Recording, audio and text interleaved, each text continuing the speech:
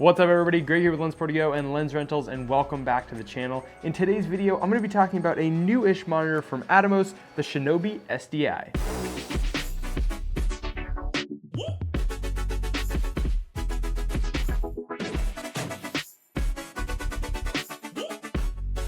In this video, I'm not going to go over all of the complete specs of this thing, but I do want to talk about some of them and some of the highlight features for me and why I think this monitor is so awesome, especially at the price point that it comes in at. Starting off with the build quality of the Shinobi and the form factor, it's almost identical to the Ninja 5. The one major thing that you're going to notice right away is that the Ninja 5 uses a metal housing, while the Shinobi has this composite plastic, which takes off a ton of weight. The thing with the Shinobi is that it is a monitor only, so it doesn't have to have all those extra parts and components to deal with the processing of footage like the Ninja 5 does. So there's no SSD port, and it doesn't have to have all of those fans to keep it cool. This helps shave a ton of weight, getting it down to only 7 ounces without a battery. So if you want to know what that feels like, if you take a standard can of soda, a 12-ounce can, drink half of it, that's about the weight of this tiny little monitor. That makes this monitor one of the lightest options out there, especially if you're going to be doing handheld rigs or running gun style, where you want to keep your rig small and lightweight. This is going to be a great option for that. Going on to the exterior of the monitor, you're going to notice it's very similar to a lot of Atomos' other monitors, being very minimal and not having a lot of buttons and switches and knobs and things like that.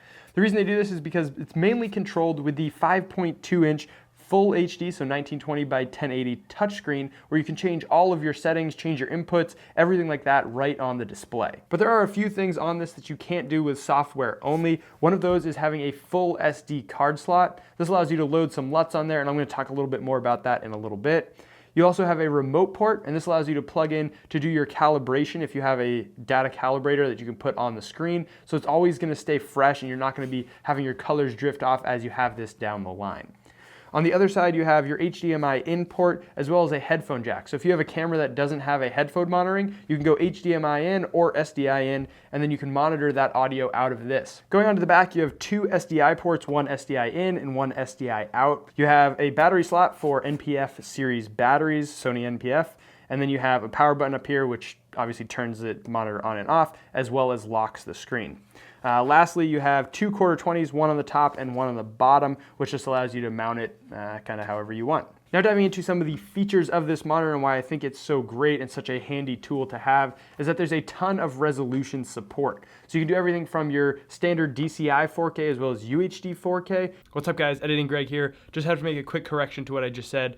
Only the HDMI Shinobi can do 4K DCI. If you jump over to the SDI version, that can only do 2K DCI, so getting that 17:9 aspect ratio, but they can both still do UHD 4K.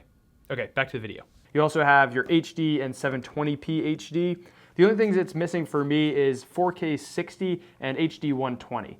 The good thing is that because it's only a monitor, all you have to do is monitor. You don't have to actually record internally. So a lot of cameras will allow you to output something different than what you're actually recording in. You're just gonna have to look that up for your specific camera. It has an amazing 1000 nit display, so it's super bright for being able to go outside, as well as being 10-bit and using the Atom HDR, so you get some really good colors in there and really good gradations in those colors. You can even use this as a color grading monitor in post if you wanted to, because it's super accurate. It just is a little bit smaller than what you'd normally have. Going on to more with colors and what I was talking about with the SD card slot, there's a ton of preset LUTs in here. So you have everything from your major camera manufacturers, so your Canon, Sony, Nikon, Fuji, Panasonic. It has all of those log to Rec 709 or like those hybrid log gamma profiles, which are going to allow you to expose correctly and monitor it in a way that it's going to be graded in later, but allow you to capture all of that dynamic range with log footage. It also has 8 custom LUT slots, which allows you to bring in your own LUT, so you can bring some of this footage in, grade it, and then put those LUTs onto this monitor and allow you to switch between 8 different ones, and you can have even more on the SD card, and you can just swap them out for those custom profiles. One of the things I love about all the Atomos monitors and recorders is the tools that you get with these monitors.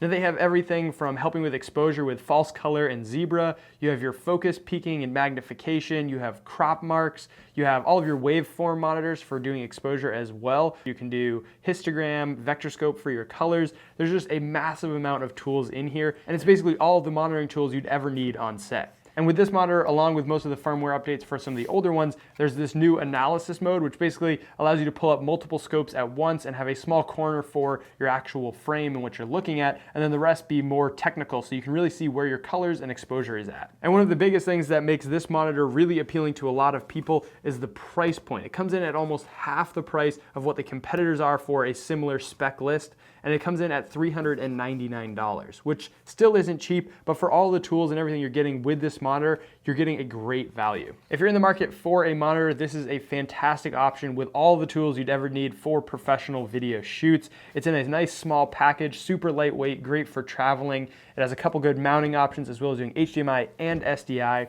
Overall, it's just a really solid option for any type of video production work. And it has that 1000 nit bright screen to allow you to shoot outside and still be able to see what you're shooting, along with all of the tools that I just mentioned to help you get amazing images. If you have any questions about this monitor, make sure to let me know in the comments down below. If you want to check it out, again, the link's gonna be in the description.